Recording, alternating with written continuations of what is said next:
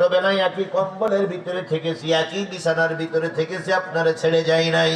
যেদিন আপনি হিজরত করলেন পাশে কেউ ছিল না, আপনার কম্বলের ভিতরে আমি ঢুকলাম। এখন আপনি মনটা ভার করে আছেন, দয়া করে মুখটা একটু হাস্য উজ্জ্বল করুন। নবীজি কিছুই বলে না। শেষ পর্যন্ত সবাই যখন এক বাক্যে বলে বসলেন, ইয়া রাসূলুল্লাহ একটু জবান খুলে বলুন। নবী তখন বললেন, আমার বিরুদ্ধে একটা কবিতা লিখেছে, তোমরা কি দেখেছো?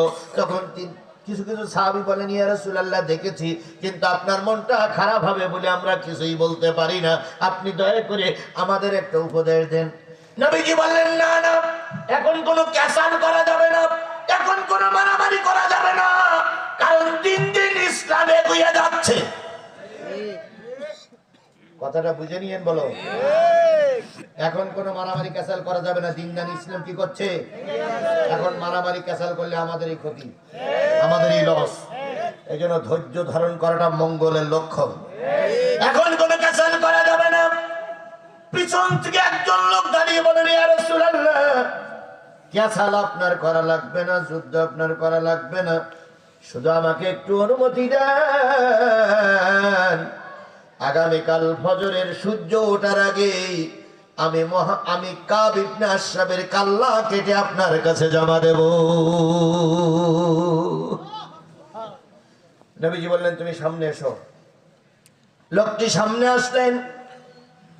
আর রাহিকুল মাখতুম, পৃথিবীর ইসলামের ইতিহাস। আর রাহিকুল, যদি কারোর বাড়ি থাকে আজকে রাত্রি শোয়ার আগে আমার এই কথাটা আপনি একটু পড়ি, তারপরে শোবেন।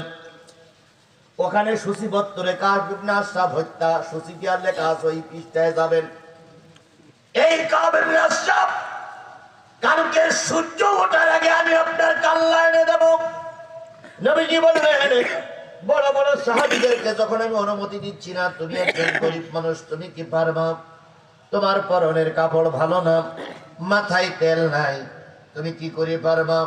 তখন লোকটি বলেন, ইয়া রাসূলুল্লাহ মদিনার কোন সাহাবী যদি না পারে আমি পারবো, কারণ কাব ইবনে আশরাফ হলো আমার বাল্য জীবনের বন্ধু।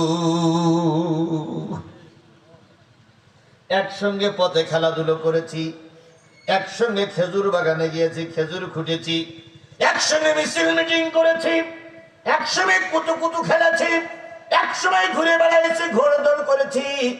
উনি আমার বাল্য জীবনের বন্ধু, কিন্তু দুঃখ বা পরিতাপের বিষয় আমি কালেমা পড়ি মুসলমান, আর উনি একজন কবিলার নেতা, একজন এক এলাকার নেতা। সুতরাং